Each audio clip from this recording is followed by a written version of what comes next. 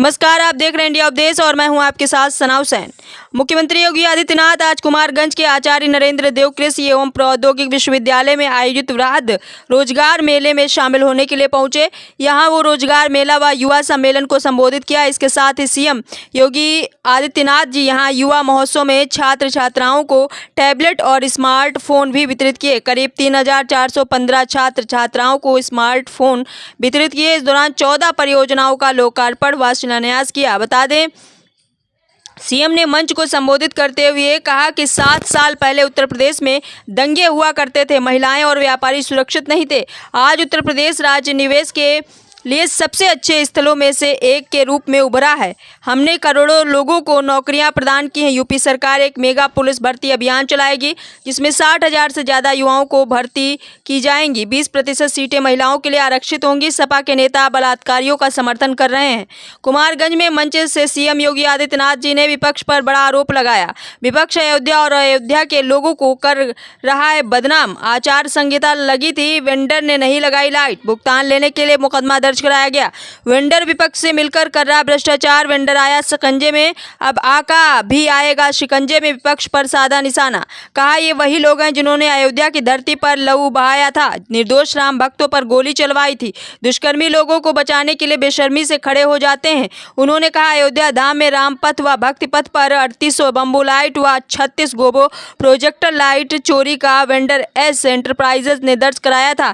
थाना राम जन्मभूमि में मुकदमा। मीडिया पर खबर चलने के बाद विकास मुकदमा दर्ज कराया। बता दें कि लोकसभा चुनाव 2024 के बाद एक पखवाड़े के भीतर मुख्यमंत्री योगी आदित्यनाथ जी का अयोध्या में तीसरा और मिल्कीपुर विधानसभा क्षेत्र में दूसरा दौरा है। सीएम ने मिल्कीपुर विधानसभा क्षेत्र में उपचुनाव की खुद कमान संभाल रखी है। अयोध्या से देखिए पूरी रिपोर्ट। याद करिए, आज से 7 वर्ष पहले इसी उत्तर प्रदेश में क्या हालात थे। हर तीसरे दिन दंगा होता था। पर्व और त्योहार शांतिपूर्ण तरीके से नहीं मनाया जाता था। बेटी और व्यापारी दोनों की सुरक्षा खतरे में रहती थी। प्रदेश में माफिया राज और जंगल राज की स्थिति थी। पिछले 7 वर्ष में प्रदेश ने अपना परसेप्शन बदला है। आज उत्तर प्रदेश सुरक्षा और कानून व्यवस्था का तो मॉडल बनाई है। देश के अंदर निवेश का ड्रीम डेस्टिनेशन के रूप में उभर करके दुनिया के निवेश को अपने यहां आकर्षित करने में सफल हुआ है। प्रदेश में जो निवेश आ रहा है, इसका परिणाम है कि हमने लाखों नौजवानों को नौकरी उनके गांव और उनके घर में देने में सफलता प्राप्त की है। 1,62,00,000 से अधिक नौजवान इस निवेश के माध्यम से अब तक नौकरी और रोजगार प्राप्त किए हैं।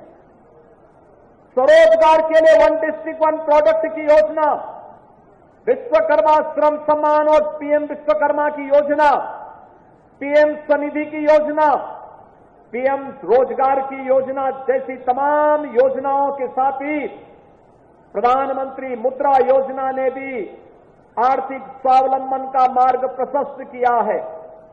और इन्हीं कार्यक्रमों की श्रृंखला में प्रदेश सरकार ने 6.5 लाख नौजवानों को सरकारी नौकरी देने में भी सफलता प्राप्त की है। आज मैं आपके सामने एक खुशखबरी और लेके आने आया हूं। अभी 23, 24, 25 और फिर 30 और 31 अगस्त को पुलिस भर्ती की प्रक्रिया हमारी आगे बढ़ रही है, जिसमें 60,000 से अधिक नौजवानों को हम भर्ती करने वाले हैं।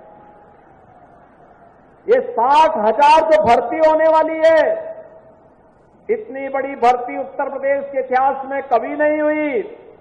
और इस भर्ती के साथ एक और चीज जुड़ रही है कि 20% सीटें इसमें ऐसी होंगी जिसमें केवल बेटियां भर्ती होंगी और उनकी भर्ती के लिए हम लोगों ने एक व्यवस्था बनाई है। मैंने कल भी कहा था, ये बेटियां इसलिए भर्ती कर रहे हैं जो सड़क और चौराहे पर किसी अन्य जगहों पर महिलाओं के साथ छेड़छाड़ करने वाले, बेटियों के साथ छेड़छाड़ करने वाले सौदों को भी ठिकाना लगाने का काम ये बेटियां कर सकें। इसके लिए हम उन्हें पुलिस की भर्ती में प्राथमिकता के साथ आगे बढ़ाने का काम कर रहे हैं। बहनों और भाइयों, एक तरफ मोदी जी बेटी पढ़ाओ बेटी बढ़ाओ के साथ आगे कार्य कर रहे हैं। मोदी जी ने नारी सशक्तिकरण बंधन अधिनियम के माध्यम से देश की संसद में और प्रदेशों की विधानसभाओं के लिए सुनिश्चित किया है कि उन्हें भी संसद में और विधानसभाओं में जाने का अधिकार मिलना चाहिए। देश की नई संसद का कोई अधिनियम पहला पारित हुआ तो मातृशक्ति के लिए समर्पित नारी बंधन शक्ति अभिनंदन का एक कार्यक्रम विधेयक था, नारी शक्ति बंधन अधिनियम था, जिसके माध्यम से उन्हें संसद में और विधानसभाओं में 33% सीटों पर भी चुन करके जाने का अधिकार प्राप्त हुआ। और दूसरी तरफ वे लोग हैं, कल मैं देख रहा था समाजवादी पार्टी के नेता का बयान में पढ़ रहा था, वो बोल रहे हैं समर्थन कर रहे हैं उन दुष्कर्मियों का जिन्होंने कोलकाता के अंदर एक डॉक्टर के साथ सामूहिक दुष्कर्म करने वाले दुष्कर्मियों का समर्थन कर रहे हैं। तनिक तो शर्म करनी चाहिए।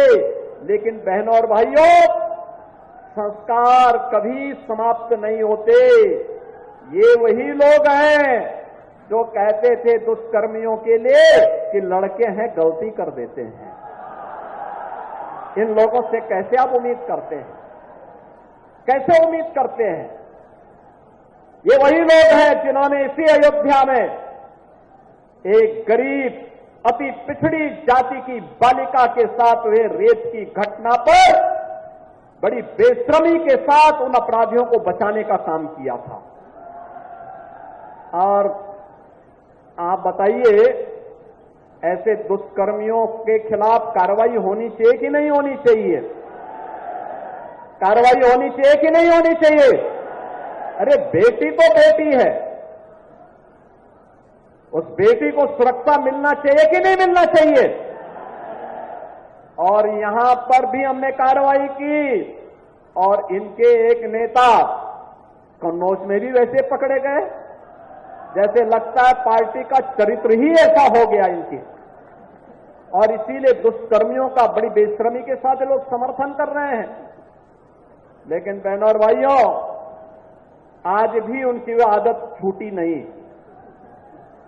लेकिन आदत सुधारने के लिए कानून भी है, कानून का डंडा भी है, और कानून का डंडे का इस्तेमाल करके ऐसे दुष्कर्मियों के साथ सख्ती से निपटने का काम तो होगा ही।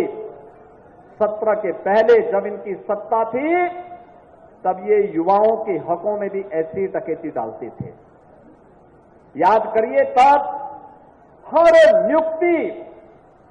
नियुक्ति विवादित होती थी, युवाओं के साथ अन्याय होता था, बिना पैसे के कोई नौकरी नहीं मिल सकती थी और नौकरी में भी भेदभाव होता था, कोर्ट को न्यायालय को स्टे करना पड़ता था। आज मैं कह सकता हूं हमने 6.5 लाख नौजवानों को नौकरी दी, लेकिन इसकी शुचिता और पारदर्शिता पर कोई प्रश्न नहीं खड़ा कर सकता है। पूरी ईमानदारी के साथ उत्तर प्रदेश के नौजवानों को नौकरी दी है और आगे भी हम इस बात को कहेंगे कि चिंता मत करिए, डबल इंजन की भाजपा सरकार है, युवाओं के साथ कोई अन्याय नहीं कर पाएगा।